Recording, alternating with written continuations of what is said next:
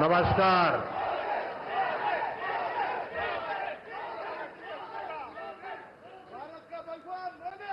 बेंगलुरु नगರದ ಆತ್ಮೀಯ ನಾಗರಿಕ ಬಂಧು ಭಗಿನಿಯರೇ, ನಿಮಗೆಲ್ಲ ನನ್ನ ನಮಸ್ಕಾರಗಳು.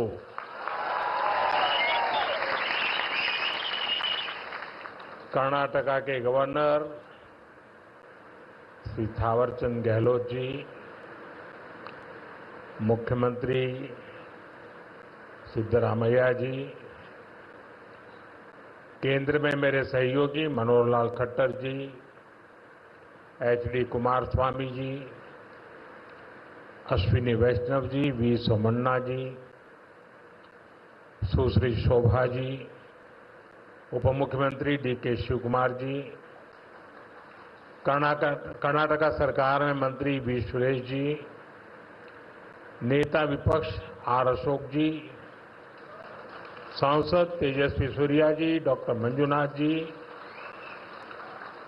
एमएलए विजेंद्र येडियुरप्पा जी और कर्नाटक के मेरे भाई और बहनों, कर्नाटक की धरती पर कदम रखते ही अपनापन सा महसूस होता है। यहाँ की संस्कृति, यहाँ के लोगों का प्यार और कन्नड़ा भाषा की मिठास दिल को छू जाती है। सबसे पहले मैं बेंगलुरु शहर की अधिष्ठात्री देवी अन्नम्मा ताई के चरणों में प्रणाम करता हूं।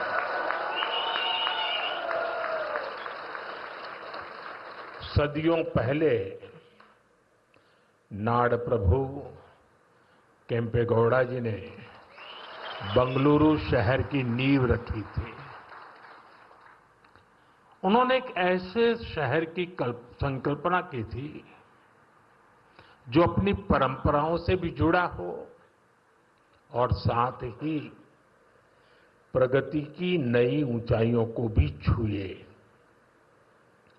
बेंगलुरु ने अपनी उस स्पिरिट को हमेशा जिया, हमेशा उसे सहज कर रखा और आज बेंगलुरु उस सपने को साकार कर रहा है। साथियों, बेंगलुरु को हम एक ऐसे शहर के रूप में उभरता देख रहे हैं जो न्यू इंडिया के राइज का सिंबल बन चुका है। एक ऐसा शहर जिसकी आत्मा में तत्वज्ञान है और जिसके एक्शन में टेक ज्ञान है। एक ऐसा शहर जिसने ग्लोबल आईटी मैप पर भारत का परचम लहराया है। बेंगलुरु की इसी सक्सेस स्टोरी के पीछे अगर कोई है तो वो यहां के लोगों की, आप सबकी मेहनत और आप सबकी टैलेंट है।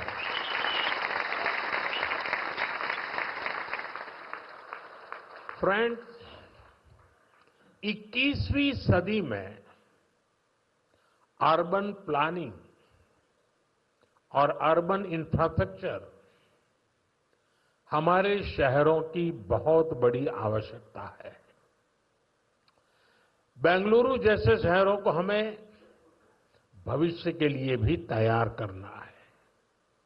बीते समय में बेंगलुरु के लिए भारत सरकार की तरफ से हजारों करोड़ रुपए की योजनाएं शुरू की गई हैं। आज इस अभियान को नई गति मिल रही है। आज बेंगलुरु मेट्रो येलो लाइन का शुभारंभ हुआ है। मेट्रो फेज 3 की आधारशिला भी रखी गई है। साथ ही देश के अलग अलग हिस्सों के लिए 3 नई वंदे भारत ट्रेनों को हरी झंडी भी दिखाई गई है। बेंगलुरु से बेलगावी के बीच वंदे भारत की सेवा शुरू हुई है। इससे बेलगावी के व्यापार और टूरिज्म को बढ़ावा मिलेगा। इसके अलावा नागपुर से पुणे और श्री माता वैष्णो देवी कटरा से अमृतसर के बीच भी वंदे भारत एक्सप्रेस शुरू हुई है। इससे लाखों श्रद्धालुओं को लाभ होगा, पर्यटन को बढ़ावा मिलेगा। मैं इन सभी प्रोजेक्ट्स के लिए वंदे भारत ट्रेनों के लिए बेंगलुरु, कर्नाटका और देश के लोगों को बहुत बहुत बधाई देता हूं। साथियों, आज ऑपरेशन सिंदूर के बाद मैं पहली बार बेंगलुरु आया हूं।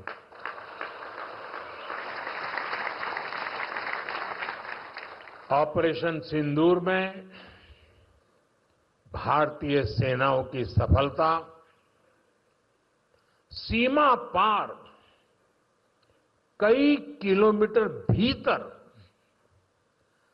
आतंकवादी ठिकानों को नेस्त नाबूद करने की ताकत और आतंकवादियों के बचाव में उतरे पाकिस्तान को कुछ ही घंटों में घुटनों पर लाने की हमारी क्षमता पूरी दुनिया ने नए भारत के इस स्वरूप के दर्शन किए हैं।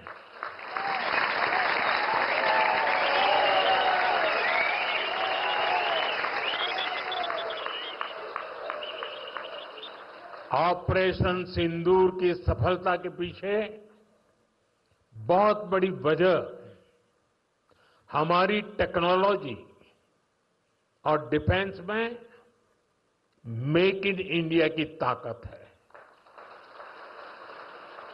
और इसमें बेंगलुरु और कर्नाटका के युवाओं का भी बहुत बड़ा योगदान है। मैं इसके लिए भी आज आप सभी का अभिनंदन करता हूं। साथियों, आज बेंगलुरु की पहचान दुनिया के बड़े सिटीज के साथ होती है। हमें ग्लोबली कॉम्पीट भी करना है, इतना ही नहीं, लीड भी करना है। हम तभी आगे निकलेंगे जब हमारे शहर स्मार्ट होंगे, फास्ट होंगे, एफिशिएंट होंगे। इसलिए आज मॉडर्न इंफ्रा के लिए प्रोजेक्ट पूरे कराने पर हमारा इतना जोर है। आज आरवी रोड से बोम्मा संद्रा तक येलो लाइन शुरू हुई है। ये बेंगलुरु के कई अहम एरियाज को आपस में कनेक्ट करेगी। बसवनगुड़ी से इलेक्ट्रॉनिक सिटी तक ये सफर में भी अब सब कम समय लगेगा। इससे लाखों लोगों के जीवन में ईज ऑफ लिविंग बढ़ेगी, ईज ऑफ वर्किंग बढ़ेगी। साथियों, आज येलो लाइन के लोकार्पण के साथ ही हमने फेज 3 यानी ऑरेंज लाइन का भी शिलान्यास किया है। जब ये लाइन शुरू होगी तो येलो लाइन के साथ मिलकर डेली 25 लाख पैसेंजर्स को फैसिलिटेट करेगी। 25 लाख पैसेंजर्स। ये बेंगलुरु के ट्रांसपोर्ट सिस्टम को एक नई ताकत देगी, एक नई ऊंचाई देगी। साथियों, बेंगलुरु मेट्रो ने देश को पब्लिक इंफ्रास्ट्रक्चर डेवलपमेंट का एक नया मॉडल भी दिया है। बेंगलुरु मेट्रो कई अहम स्टेशनों के लिए इंफोसिस फाउंडेशन, बायोकॉन और डेल्टा इलेक्ट्रॉनिक जैसी कंपनियों ने पार्ट फंडिंग की है। सीएसआर के इस्तेमाल का ये मॉडल एक बड़ी प्रेरणा है। मैं इस अभिनव प्रयास के लिए कॉरपोरेट सेक्टर को बहुत बहुत बधाई देता हूं। साथियों, आज भारत दुनिया की फास्टेस्ट ग्रोइंग मेजर इकोनॉमी है। पिछले 11 इयर्स में हमारी इकोनॉमी 10वें नंबर से टॉप 5 में पहुंच गई। हम बहुत तेजी से टॉप 3 इकोनॉमी बनने की ओर आगे बढ़ रहे हैं। ये स्पीड हमें कैसे मिली है? ये स्पीड हमें रिफॉर्म, परफॉर्म, ट्रांसफॉर्म की स्पिरिट से मिली है। ये स्पीड हमें साफ नीयत और ईमानदार प्रयासों से मिली है। आप याद करिए, 2014 में मेट्रो सिर्फ 5 शहरों तक सीमित थी, 5 सिटीज। अब 24 सिटीज में 1000 किलोमीटर से ज्यादा मेट्रो नेटवर्क है। भारत अब दुनिया का तीसरा सबसे बड़ा मेट्रो नेटवर्क वाला देश बन गया है। 2014 से पहले लगभग 20,000 किलोमीटर रेल रूट का इलेक्ट्रिफिकेशन हुआ था। यानी देश आजाद होने से 2014 तक हमने पिछले 11 इयर्स में ही 40,000 किलोमीटर से अधिक रेल रूट पर इलेक्ट्रिफिकेशन किया है।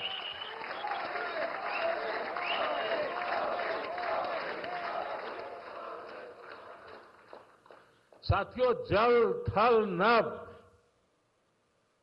कुछ भी अछूता नहीं रखा है।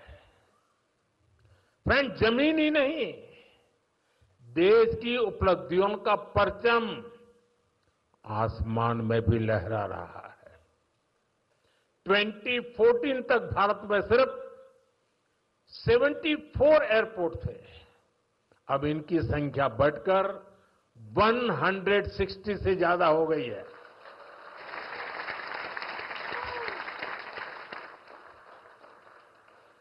नभ की सिद्धि, थल की सिद्धि और जल की भी वाटरवेज का आंकड़ा भी उतना ही शानदार है।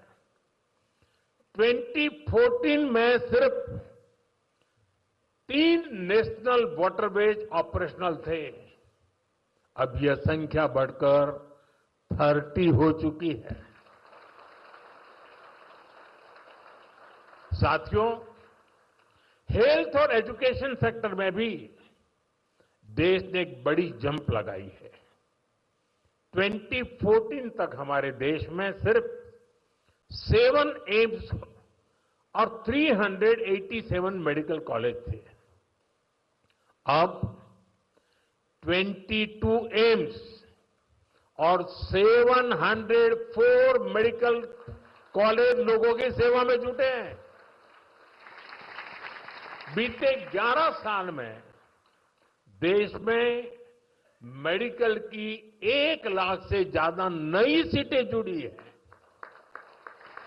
आप कल्पना कर सकते हैं इससे हमारे मिडिल क्लास के बच्चों को कितना फायदा है। इन 11 वर्षों में आईआईटी की संख्या भी 16 से बढ़कर 23, ट्रिपल आईटी की संख्या 9 से बढ़कर 25 और आईएम्स की संख्या 13 से बढ़कर 21 हो चुकी है। यानी आज स्टूडेंट्स के लिए हायर एजुकेशन में ज्यादा से ज्यादा मौके बन रहे हैं।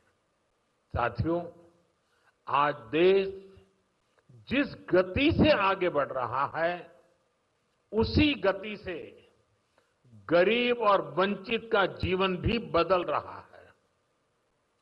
हमने प्रधानमंत्री आवास योजना के तहत 4 करोड़ से अधिक पक्के घर दिए हैं। अब हमारी सरकार 3 करोड़ घर और बनने जा रही है। हमने सिर्फ 11 इयर्स में 12 करोड़ से अधिक टॉयलेट्स बनाए हैं। इससे देश की करोड़ों माता बहनों को गरिमा, स्वच्छता और सुरक्षा का अधिकार मिला है। साथियों, देश आज जिस गति से विकास कर रहा है, इसके पीछे हमारी इकोनॉमिक ग्रोथ एक बड़ा फैक्टर है। आप देखिए, 2014 से पहले भारत का टोटल एक्सपोर्ट 468 बिलियन डॉलर तक पहुंचा था। आज ये 824 बिलियन डॉलर हो गया है। पहले हम मोबाइल इंपोर्ट करते थे, वहीं अब हम मोबाइल हैंडसेट के टॉप 5 एक्सपोर्टर बन गए हैं। और बेंगलुरु की इसमें बहुत बड़ी भूमिका भी है। 2014 से पहले हमारा इलेक्ट्रॉनिक्स एक्सपोर्ट लगभग 6 बिलियन डॉलर था। अब ये भी लगभग 38 बिलियन डॉलर तक पहुंच गया। साथियों, 11 इयर्स पहले तक भारत का ऑटोमोबाइल एक्सपोर्ट लगभग 16 बिलियन डॉलर था। आज ये 2 गुने से अधिक हो चुका है, डबल हो चुका है। और भारत ऑटोमोबाइल का 4था सबसे बड़ा एक्सपोर्टर बन गया है। ये उपलब्धियां आत्मनिर्भर भारत के हमारे संकल्प को मजबूती देती है। हम मिलकर आगे बढ़ेंगे और देश को विकसित बनाएंगे। साथियों, विकसित भारत न्यू इंडिया की ये यात्रा डिजिटल इंडिया के साथ कदम से कदम मिलाकर पूरी होगी। आज हम देख रहे हैं, इंडिया एआई मिशन जैसी योजनाओं से भारत ग्लोबल एआई लीडरशिप की दिशा में आगे बढ़ रहा है। सेमीकंडक्टर मिशन भी अब स्पीड पकड़ रहा है। भारत को जल्द ही मेड इन इंडिया चिप मिलने जा रही है। आज Bharat low cost, high tech space mission का ग्लोबल उदाहरण बन गया है। यानी फ्यूचरिस्टिक टेक्नोलॉजी से जुड़ी जो भी संभावनाएं हैं, भारत उन सब में आगे बढ़ रहा है। और भारत के इस एडवांसमेंट की सबसे खास बात है एम्पावरमेंट ऑफ पुअर। आप देखिए, आज देश में डिजिटाइजेशन का दायरा गांव-गांव तक पहुंच चुका है। यूपीआई के जरिए दुनिया का 50% से ज्यादा रियल टाइम ट्रांजैक्शन भारत में हो रहा है। दुनिया का 50%। टेक्नोलॉजी की मदद से हम सरकार और नागरिकों के बीच की दूरी कम कर रहे हैं। आज देश में 2200 से ज्यादा सरकारी सेवाएं मोबाइल पर उपलब्ध है। उमंग ऐप से आम नागरिक घर बैठे सरकारी काम निपटा रहा है। डिजी लॉकर से सरकारी प्रमाण पत्रों का झंझट खत्म हुआ है। अब हम एआई पावर्ड थ्रेट डिटेक्शन जैसी टेक्नोलॉजीज में भी निवेश कर रहे हैं। हमारा प्रयास है कि देश में डिजिटल रिवॉल्यूशन का फायदा समाज के आखिरी व्यक्ति तक पहुंचे। और इस प्रयास में बेंगलुरु, पूरी सक्रियता से काम कर रहा है। साथियों, वर्तमान उपलब्धियों के बीच अब हमारी अगली बड़ी प्राथमिकता होनी चाहिए टेक आत्मनिर्भर भारत। इंडियन टेक कंपनियों ने पूरी दुनिया में अपनी छाप छोड़ी है। हमने पूरे वर्ल्ड के लिए सॉफ्टवेयर्स और प्रोडक्ट्स बनाए हैं। अब समय है हम भारत की जरूरतों को और ज्यादा प्रायोरिटी दें। हमें नए प्रोडक्ट्स डेवलप करने में और तेजी से आगे बढ़ना है। आज हर डोमेन में सॉफ्टवेयर और ऐप्स का इस्तेमाल हो रहा है। इसमें भारत नई ऊंचाई पर पहुंचे, ये बहुत जरूरी है। जो इमर्जिंग फील्ड्स है, हमें उनमें भी लीड लेने के लिए काम करना होगा। हमें मेक इन इंडिया में मैन्युफैक्चरिंग सेक्टर में भी बेंगलुरु और कर्नाटका की प्रेजेंस को और मजबूत करना है। और मेरा आग्रह है हमारे products zero defect, zero effect के स्टैंडर्ड पर टॉप क्वालिटी के होने चाहिए।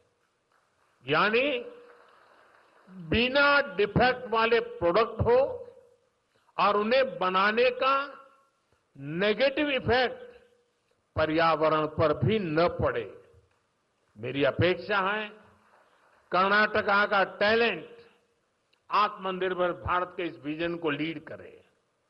साथियों, केंद्र सरकार हो या राज्य सरकार, हम सभी जनता की सेवा के लिए हैं। हमें देशवासियों की बेहतरी के लिए साथ मिलकर कदम उठाने हैं। इस दिशा में एक जो सबसे जरूरी जिम्मेदारी है वो है नए रिफॉर्म्स। बीते एक दशक में हमने लगातार रिफॉर्म्स को आगे बढ़ाया है। उदाहरण के तौर पर भारत सरकार ने कानूनों को डीक्रिमिनलाइज करने के लिए जन विश्वास बिल पास किया है और अब इसका जन विश्वास 2.0 भी पारित करने जा रहे हैं। राज्य सरकारें भी ऐसे कानूनों की पहचान कर सकती हैं जिनमें अनावश्यक आपराधिक प्रावधान हैं, उन्हें खत्म किया जा सकता है। हम मिशन कर्मयोगी चला रहे हैं ताकि सरकारी कर्मचारियों को कॉम्पिटेंसी बेस्ड ट्रेनिंग दी जा सके। राज्य भी अपने अधिकारियों के लिए इस लर्निंग फ्रेमवर्क को अपना सकते हैं। हमने एस्पिरेशनल डिस्ट्रिक्ट प्रोग्राम और एस्पिरेशनल ब्लॉक प्रोग्राम पर बहुत जोर दिया है। राज्य भी इसी तरह अपने यहां ऐसे क्षेत्रों की पहचान कर सकते हैं जिन्हें विशेष ध्यान की आवश्यकता है। हमें राज्य सरकार के स्तर पर भी नए रिफॉर्म्स को लगातार पुश करना चाहिए। मुझे विश्वास है हमारे ये साझे प्रयास कर्नाटका को विकास की नई ऊंचाई पर ले जाएंगे। हम साथ मिलकर विकसित भारत के संकल्प को पूरा करेंगे। इसी भाव के साथ मैं एक बार फिर आप सभी को इन डेवलपमेंट प्रोजेक्ट की बहुत बहुत बधाई देता हूं। बहुत बहुत धन्यवाद।